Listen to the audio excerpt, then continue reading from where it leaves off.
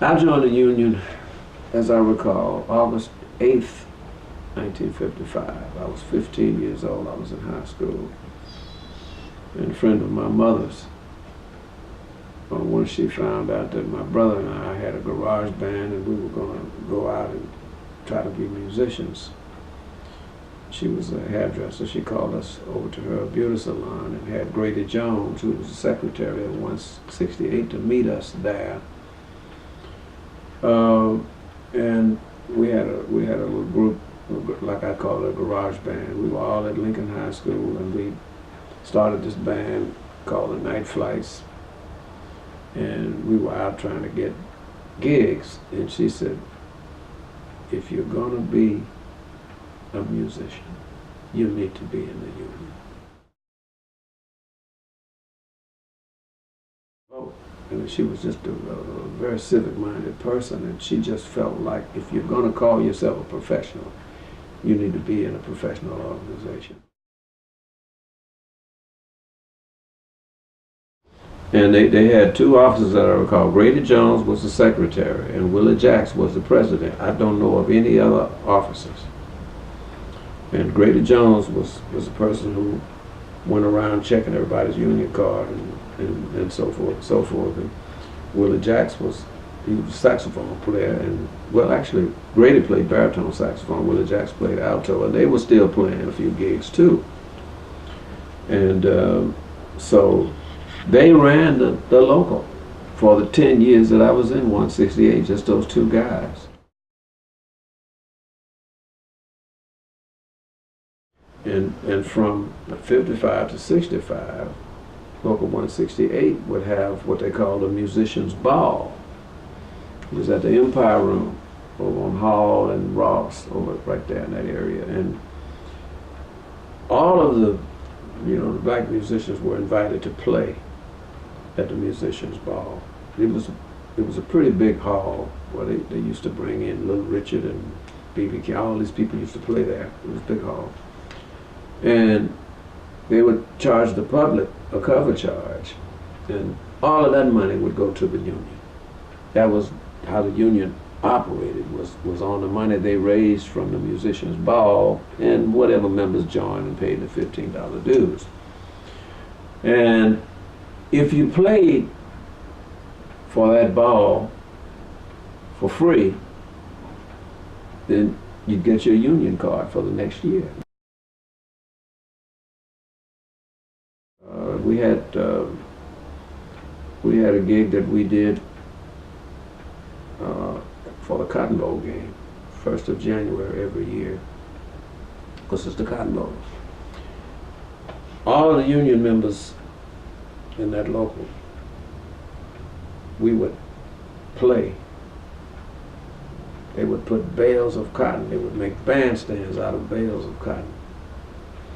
And surround that cotton bowl with these bandstands made of bales of cotton, and all of us we would get up there and play, and we'd all get paid and get tips and so forth. They might have 10 bands surrounding that cotton bowl,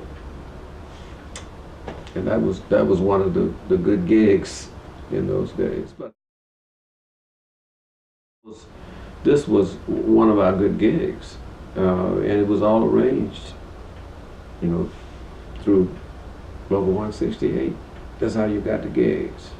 The union, evidently, whoever was in charge of entertainment for the Cotton Bowl, just contacted the local, and we got the gigs through that.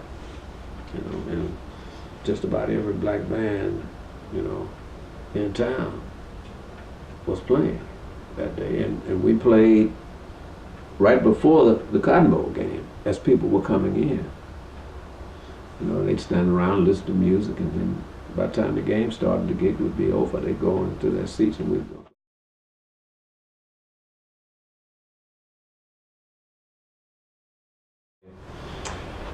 They had their insurance company office over in South Dallas on the corner of Oakland and Carpenter. Oakland is now called Malcolm X Boulevard. And it's about 4 blocks from Lincoln High School. But they owned a storefront and they rented out spaces. They had their own office. They had a space.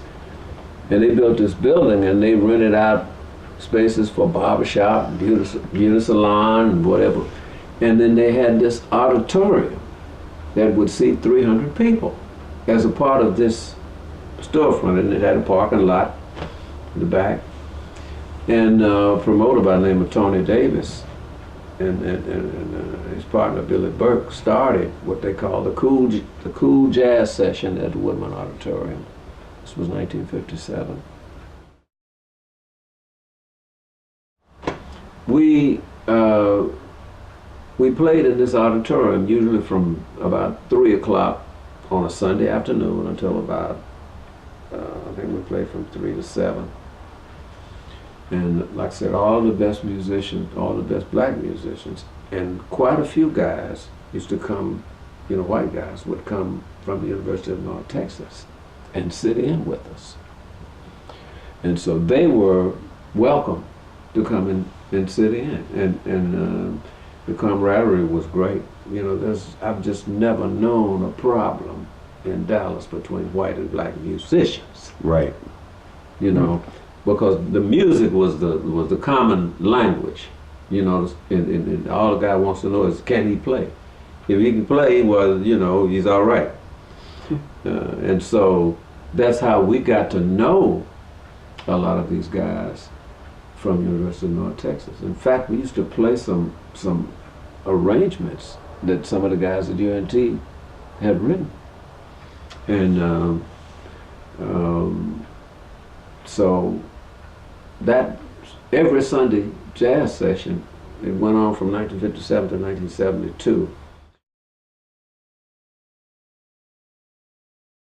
We went through several promoters, but basically Sunday became jazz day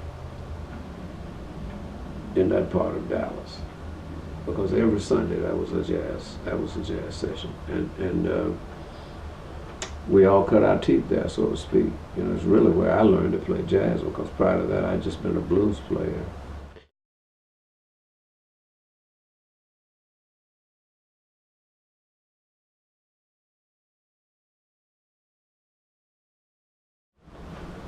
I played for Jack Ruby at his club called the Vegas Club. And I tell people all the time, it was a good gig. Those gigs in those days were paying like $5, but he paid us $8. Interesting story. He said, what I'm going to do is I'm going to have some plants in the audience. I didn't have sense enough at age 16 to be insulted. And we're going to have these plants to throw the money on the floor to you. And I was playing the guitar, singing the blues, and then Bob Stewart was the drummer. He was singing. In fact, I think on that gig, neither one of us actually played our instruments. We just went over and we were singing R&B tunes.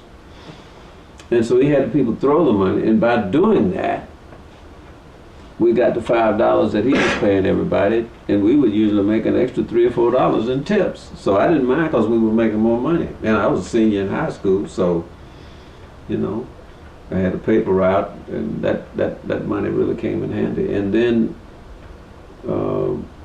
during that time, Jack Ruby came to my house, to my parents' house, and tried to get me to sign an exclusive management contract with him. He wanted to be my manager. Said that he could get me on television, on the Ed Sullivan Show, or whatever. And you know, I was just kind of a hotshot guitar player around town. And he convinced my parents that I should do that. But I said, no, wait a minute. I think I need to run this by my commercial law teacher at high school to see. And it was as I recall, it was a 3-year contract.